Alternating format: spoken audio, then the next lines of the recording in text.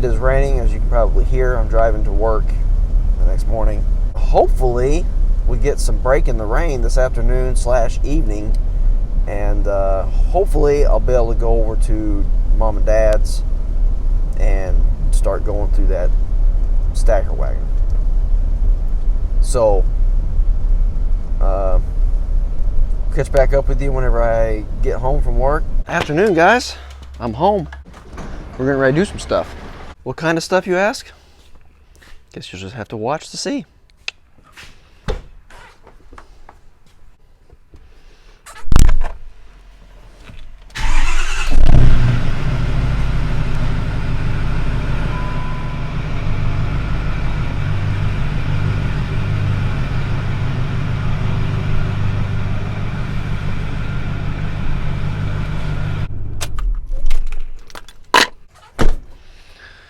Pull the truck out, do a little hustle here.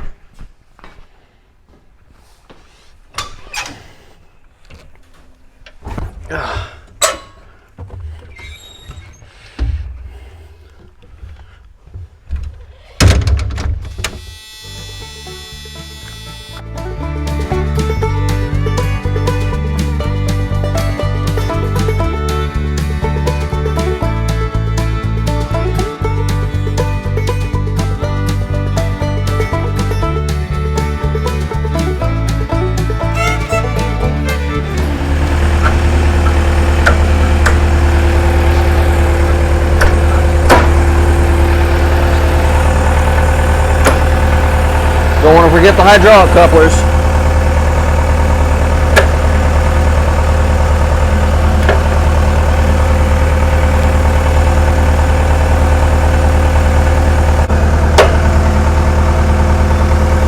Just like that.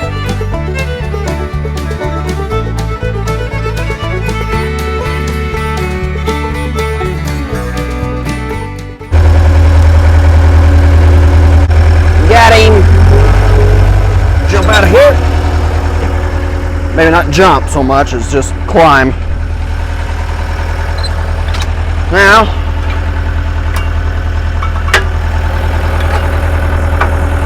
forks are now hooked. Gotta move the tractor out of the way.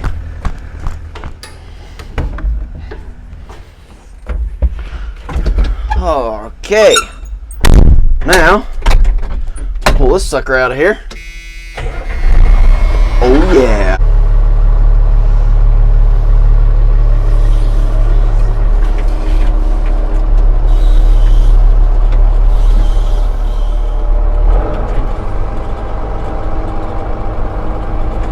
White power.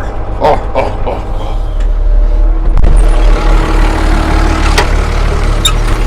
Don't worry, I didn't fall. Now we're gonna jump back in this thing and move that power of the stuff out of the way of the discbine. Man, lost my train of thought there. Get there real quick though. Oh, it don't look like it's heavy, but it ain't light.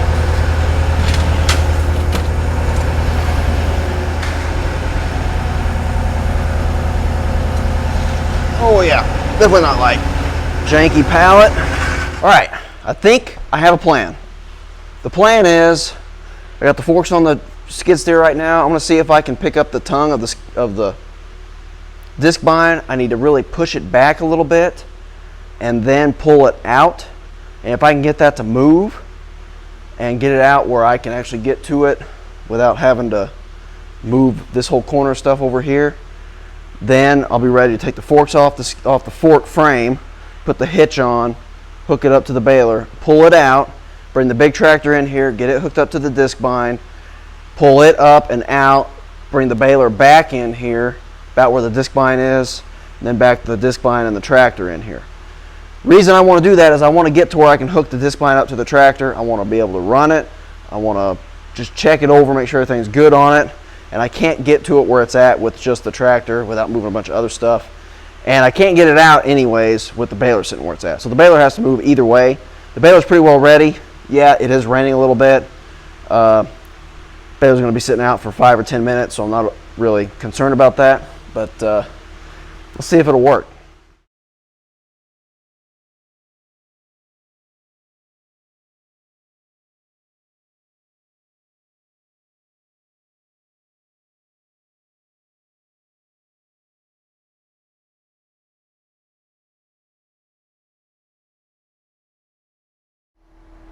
Is it gonna work?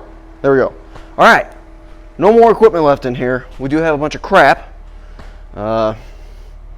Is there any building in the world that doesn't have some crap that's accumulated? Not literal crap, but like stuff that doesn't really have a purpose. I mean, it's got a purpose, but definitely not an immediate one. I got a bunch of lumber here. Of course, that's probably worth more than the whole building right now. Move this pallet of stuff right here, over here, kind of in front of this door, right in there. I want to put the baler right in here and try to hopefully have room to put the tractor and discbine right straight in here. I can tell you right now, the way I have things, which is it's cluttered up and everything, that discbine would not have fit out of here with me making this turn if it was not a center pivot. If you've never had a center pivot and you don't want to spend the money on one, don't ever try one, because you will love it. Guarantee you that right now. All right, so we got to move this giant beam right here. I'm also going to move this table out of the way. I got to get rid of that thing. It's in the way. So that is actually the remnants, what's left of after I built my squeeze. All right, just a little bit of stuff to go. We're going to put stuff back in here, and then we're going to hit the road.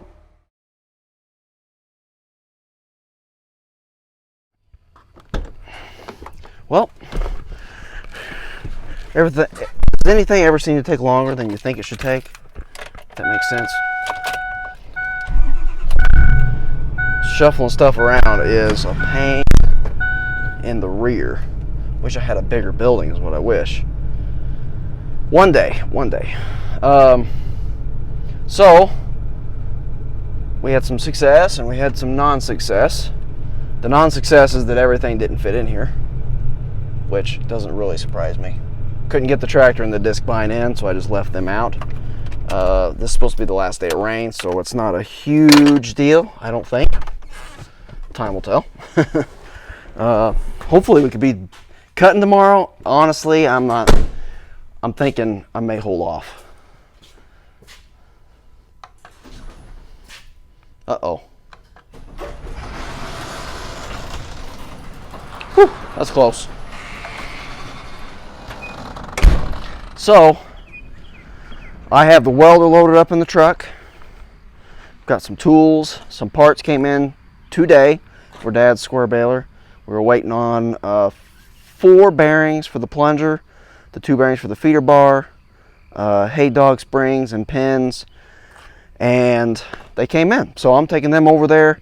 I haven't decided what I'm going to do. It depends on how much time I have whenever I get there. I may just dig right in and work on the baler. My plan was to go ahead and get the stacker wagon hooked up to the tractor, pulled out of the building, pull it up to the shop, and start cleaning up on those areas that I need to weld and see if I could weld them. I don't know if I'm going to have time to get to that. We'll see. But if I decide not to, we'll at least get the bearings on the plunger and the plunger started into the chamber. I won't have time to get everything shimmed and adjusted, but we'll have time to do something. We'll get something done at least. And anyways, what I was going to say is, it is wet. It's been raining. It rained right up. Actually, it was raining on me while I was shuffling stuff around. So you can see the tractor sitting out there. It's still going to be wet tomorrow. I mean, it's not going to dry out any today. So if I do cut tomorrow, it'll need to be later in the day, and I'm working second shift tomorrow, so that's probably not going to work. So long story short, I'm probably not going to be cutting tomorrow. That don't mean we're not going to cut. I'm going to look at the weather and we'll see. And I'm thinking maybe on Wednesday, which is tomorrow, I may try to cut Thursday. I think it's supposed to be clear all the way through next Tuesday. So I should have time. Again, we'll have to see what the weather looks like. Gingy's ready to roll, aren't you, girl? Yeah. Let's hit the road. Oh, you got to go tell me bye. Okay. We're going to the same place, girl. Ready? All right, here we go. Heading over to Mom and Dad's. All right, guys. It is almost 8 o'clock, so I don't think I'm even going to mess with trying to get the stacker wagon out of the barn. I'm just going to get these parts out here, get them put on the plunger, and get whatever put on that I can. I'll get the footage that I can. It's going to be getting dark here pretty soon. We don't have lights out here. Got some parts here. See what we got. trash. So we've got 3 hay dog springs. We've got 3 hay dog pins.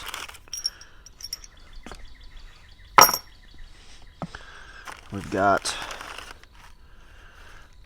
these are 2 bearings for the baler, for the plunger. 2 more bearings for the plunger. And then these are the 2 bearings for the feeder bar. And we've got 2 new knives. If you've got your plunger out, you may be tempted to throw those knives on here real quick and just bingo, bango, bongo, baby, get it done while it's out here and easy to get to. And you can do that, but you're gonna have to get in there and take it loose anyway. So I don't put it on until I get it in, because you're gonna have to shim it. Odds that you won't put any shims in if you do it right are very, very, very slim. In fact, I'm gonna say if you do it right, there's never gonna be a time when you don't put shims in it. So, anyways, that's the parts we've got. The hay dogs go pretty quick and easy. I'm not doing them yet though. I'm going to get the plunger in first. So I'm going to put the bearings on the plunger first. Then we'll see if we can get the plunger in. Then we can put our hay dogs and hay dog springs on. And then we can get everything adjusted. And I don't know if I'll have time to do that tonight. It's already getting dark, as you can see. But again, this is for a 276 New Holland. The plunger, a lot of this stuff is really, really going to be super similar across just about every model New Holland and probably most makes. Alright guys, I had a phone call, so now we've just about lost all our light. But I'll show you what I've got here. Alright, luckily I got a light on my phone camera here. So, the plunger is upside down right now. Then these 2 here are the 2 biggest ones. And they actually have an oblong shape to it that keys into this, so you don't have to worry about these turning. And then right back here is the nuts. These 2 are the same part number. It takes an inch and an 1/8 wrench. And alright, so those are tight and installed. There is no adjustment on these. There is no adjustment on those. I'm gonna flip this thing over. All right, so then there's the 2 on the tail. This is right side up now. The pickup reel is gonna be on that side. This is the front of the baler. So again, on the tail, we got those 2 bearings there. These are the 2 bearings I was talking about here. This one here is not adjustable. You just put it on, tighten it down, and you're done. So these 3 are not adjustable. The 2 big ones that I just showed you previously are not adjustable. This one here is adjustable. It has a cam, and there's an access on the side of the plunger that allows you to move this here in and out, and that lets you take up the side play out of the plunger. Now, the last 2 bearings, or rollers, or whatever you want to call them, go right up here on these 2 holes here, and these 2 are both adjustable. You can see that this is like a cam. It's off-centered, so whenever you adjust it, you'll loosen up the nut and turn the stud, and that'll move it up and down. So, alright, let's get them in there. And so, then we'll put our lock washer on, and our nut. These are adjustable from inside the chamber. Now, I'm not going to crank these down really tight, because it is going to have to be adjusted no matter what. So, there's no sense in getting it super tight.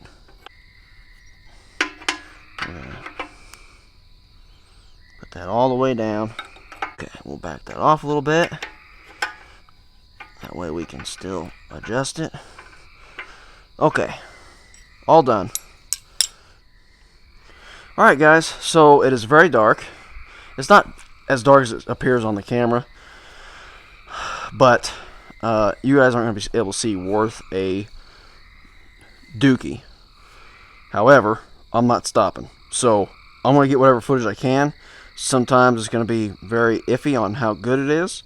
One note, you can see where we had wedges there and there. So we had 2 wedges on either side, two sets of wedges. You have to take those wedges out to get the plunger in and out. You also have to take your chute off because generally your bolts are sticking in here. Most of these carriage bolts in here you can clear. You cannot clear the wedges, and you either need to take your hay dogs off, or what I generally do if I'm not doing anything with the hay dogs is I just pry them up out of the way, because we can't go past the hay dog. So we already have the top ones off. Whenever I get to those, I'll just push those 2 down, and we'll go from there. Alright guys, real quick, I almost forgot to put this cover back on. So that just kind of, since that's on the side that the hay is on, that just kind of keeps the hay from sticking in all these nooks and crannies here on the back stroke of the plunger and dragging hay back in with it. So I wouldn't leave that off. Alright guys, so got the plunger started. I was just going to show you what I do with the hay dogs. As you can see, the hay dogs are out of the chamber. So right down here, all I did was I grabbed each hay dog individually, and I put the box end of a wrench on the nose of it, and that'll hold it down. And if I get the plunger past that, I'll just pull those wrenches out and let them pop back up there. One thing that is interesting, a difference between a 276 and a 326, is on the plunger, these tail bearings on a 276, the bearings are down low. They're on the floor. You can see them right down there. On a 326, they're actually up high, up in the top corner. So I just thought that was pretty interesting. I got the plunger in until the rollers hit right here on these guides. And so you'll see here you've got basically 2 pieces of angle on either side here, 2 pieces of angle on either side here going up and down. Someone had adjusted this at some point in time to fit the roller after some wear, which is correct, which you should do. But then once that happens, when you replace your rollers, bearings, you have to spread these back out to get the new one to fit. So I hit there. This one here, I think I'm going to have to spread these as well. Alright, so we're going to look down in here, and I just loosened this top one up, and so it's got a little bit of play, and the bottom one sure has some play, and now the plunger rolls really, really nicely. Alright, I got the crank arm up here, and the bearing's in pretty good shape. It does sound a little bit dry, but it's not loose at all, and we don't have that bearing right now, so we're gonna run it, and I think it's got quite a bit of more life in it. Now, you know, if we were baling 30,000 bales this year with this machine, I'd probably change. Alright, now it started finally. Doesn't help that it's pitch black out here. Alright, so there's one, and then the other one. Okay, you guys get the idea. Alright, so before I put these hay dog springs and pins in, I wanted to just take a look at what the old ones look like and what the new ones look like. So the old ones, this is probably the worst one. This is the one we had trouble getting out, so you can see it's actually bent. I mean, it's pretty bad shape. That's why we had so much trouble getting it out, because it was grooved. Same thing here, you see the grooves there. So those pins definitely needed to be changed. Grooves in that one. And we decided to go ahead and replace the springs. They got quite a bit of use, and you can see it, but on the end here it's probably about wore.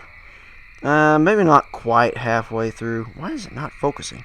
Either way, so this is what a new one looks like compared to that, and this is what the new pin looks like. Now this is aftermarket stuff. I didn't buy it from New Holland because for some stupid reason they want like $20-something for one of these springs, which is crazy. The spring for my baler from New Holland was like $450. Of course, that was last year. So, but these here aftermarket were $8 and some change. All right, guys, I got the first one on. These are definitely more difficult than my baler, for sure, without a doubt. There's way less room in here just to get into. But did the same process. I didn't have to use any tools to put it in. Just get the pin and the spring started, and then you slip the bill hook in there and then jam the pin through, and it went pretty slick. These are, I mean, especially this other side, these tails here are borderline too long. I was getting some interference against this wall right here, but it did fit. So I'm going to do that far one, and then I'll let you guys watch me do this one here, because this one, I'm saving this one here for last so I can show you guys. It'll be the easiest one to get some footage of. Alright, on the last one that I did was straight up ridiculous. And the spring was too long, it was interfering. This one here, you don't have to worry about any interference or anything like that. So, yeah, and this is going to be really easy. Oh yeah. Okay, so anyways, now I am going to go in this way though, so it'll be easier to drive out if we ever whenever we take it out. So what I do is I put the spring on with no hay dogging yet. Okay, put the spring in, and I'll put the pin in, so you can push the spring down, get the pin started in the first bracket. Now then I stop right there. Then I'll take the hay dog, okay, and I'll go up in through the chamber. I don't know if you can see that right back here, but you gotta get, try not to block too much here. You gotta get started under the spring, and then you just push that up under the spring. And I'm holding on to this pin so it doesn't flip out of there, since it doesn't have a whole lot of meat holding it. So then it's going to look like this. And then all you need to do is line the pin, the hole in the hay dog, up with the pin. And when there's no line, it's hard to do that. But so there, it's lined up. So you get it through the hay dog, get it through the other bracket, and then I just take, and you gotta kind of straighten that spring out a little bit, push it down, push the pin through, and that's it. Installed. Now, this is the easiest one. The middle one wasn't too bad, but what I run into, especially on that end one, is these tails are just a little bit too long, and they actually interfere with this back wall right here. So, beware. I don't know if that's because these are aftermarket springs. I mean, there's nothing super special about a spring, but anyways, that's it. Sure, she's installed all new springs and pins on the hay dogs. You do have to put the linch pins in here. I don't have new ones. I'm going to put new ones in there, so I'm just going to leave that like it is. So, we're done with that. Alright guys, we're getting ready to pack up. I did want to mention one thing. The two bearings on the top, on the pickup side of the plunger that are adjustable, on a 276, this right here is where you adjust them, in this opening here. Alright, I'm going to pick up my tools and we're going to head home. Thanks for watching, guys. Really appreciate it. If you got any questions about the baler or anything I'm doing or whatever, comment down below. Until next time, God bless you. God bless America. Franklin County Forage out.